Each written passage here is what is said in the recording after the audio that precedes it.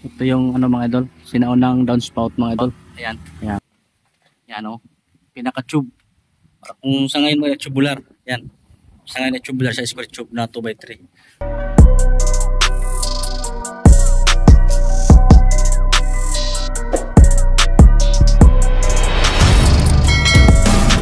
Ito yung ano mga idol, sinaunang downspout mga idol.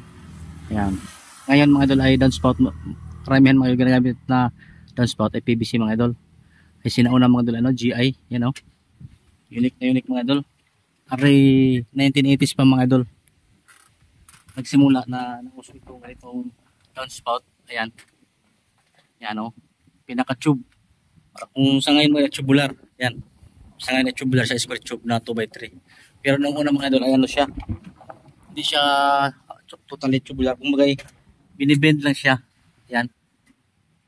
Tinupi lang din siya. Magtupi dito sa gilid o. Yan. Napakagaling yung gawa ng unang panahon mga idol. Talagang pulido. Ayan mga idol o.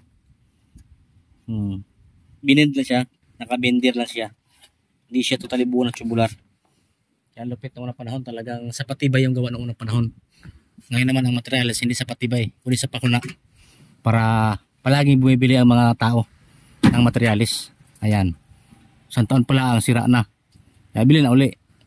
Yun mga idol ang market strategy sa ngayon. Yun ang sinabing new generation na talaga. So ayos na.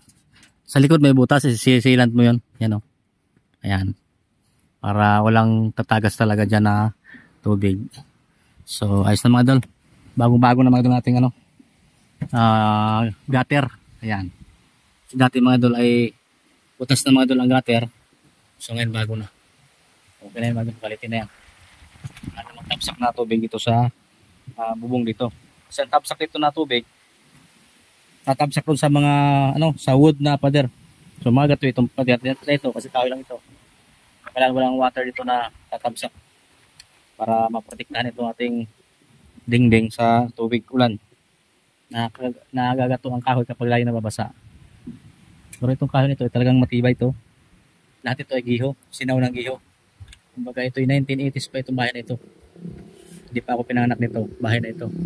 Ay napakatibay sangkap na rin oh. Dingding ay kahoy, tabla. Ayan.